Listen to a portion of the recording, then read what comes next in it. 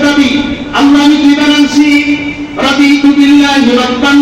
ওয়া বিল ইসলামি দীনান